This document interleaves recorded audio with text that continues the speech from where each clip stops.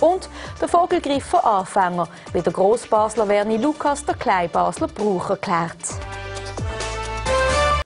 Es ist das höchste Fest im Kleinbasel, der Vogelgriff. Hunderte von neugierigen Kindern und Junggebliebenen haben dem Wildmann, dem Leu und dem Vogelgriff heute zugejubelt. Darunter auch die 11 Gäste von Werner Lukas.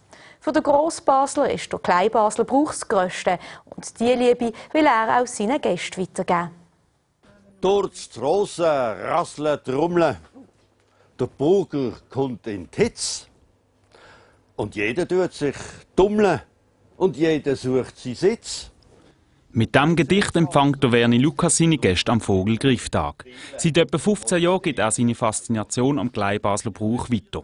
Es ist ein Brauchtum aus dem Mittelalter, das sich so lange erhalten konnte, wo eigentlich noch recht wenig bekannt ist, was faszinierend ist vom Ausdruck, vom Erscheinungsbild, von diesen Fabeltieren und von diesen 450 Mitgliedern, die hier über Jahrhunderte dahinter stehen. Die erste Station ist der Wildmann-Horst. Von hier aus startet das Floss und fährt der Rheidor ab. Für die Kleinen gibt es hier noch ein Znüni. Mit dem wollen wir die Kinder hier anlocken, um ihnen den Brauch zu erklären. Mit Kanonenschüssen begleitet fährt der wilde Mann tanzend den Rheidor ab. Das Floss ist eine spezielle Konstruktion und wird nur von Seil zusammengehabt. Kein einziger Nagel steckt drin. Dann läuft das Floss im Klingeli ein. Das erste Mal, wo sich die 3 Tiere sehen heute, sie tanzen einen ersten Tanz für sich selber, zueinander, um sich zu begrüßen. Damit sie Platz haben, dunkt der Wildmann sein Tännchen ins Wasser und spritzt die Kinder an, die ihm die ersten Äpfel strotzen wollen. Die Äpfel sind ein Symbol für die Fruchtbarkeit.